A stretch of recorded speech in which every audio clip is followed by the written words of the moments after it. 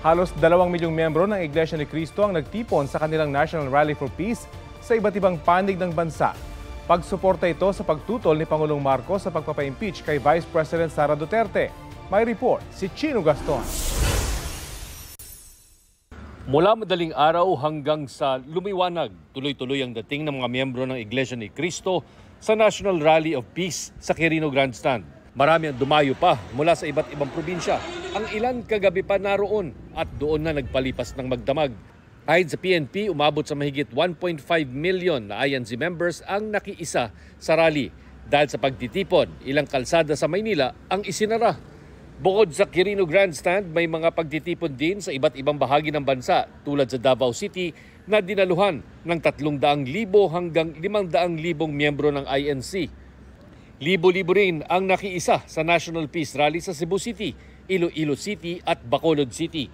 May 2.8 million members ang INC na ikatlong pinakamalaking religious denomination sa bansa. Isa ito sa maimpluwensyang grupo tuwing eleksyon sa Pilipinas dahil sa sinasabing block voting ng grupo at pag-endorso ng mga susuportahang kandidato. Ang mensahe ng National Rally for Peace nakatutok sa kapayapaan, pagkakaisa at pag-iwas sa away politika. Ang mga kapatid namin ay talagang nagpunta rito. Kung papaano man sila nagpunta rito, hindi naman ang issue paano nakarating. Ang issue ay bakit nagpunta. Magkaisa tayo. Napakahalaga magkaroon tayo ng kapayapaan. Maraming mas mabibigat na problema ang bansa natin.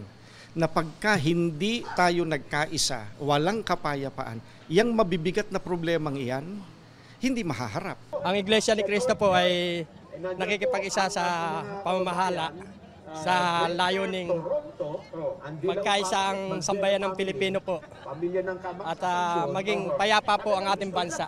Pagpatak ng alas 6 ng gabi, nagsialisan din ang mga dumalo sa rally.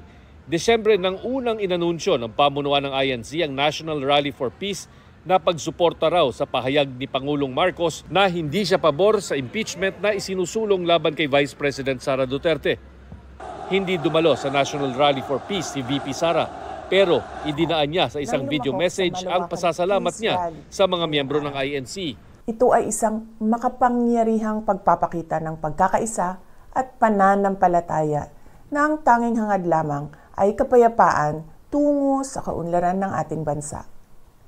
Nagpapasalamat ako sa ating mga kapatid sa Iglesia ni Cristo sa inyong patuloy na pagsisikap na maghatid ng pagkakaunawaan at pagkakaisa sa ating mga kababayan. Naharap sa 3 impeachment complaints si VP Sara kaugnay sa question sa paggasta ng confidential funds ng Office of the Vice President at DepEd. Kaugnay naman sa pagbabanta ni VP Sara sa Pangulo, unang ginang at first speaker, tapos na raw ng NBI ang kanilang investigasyon tungkol dito.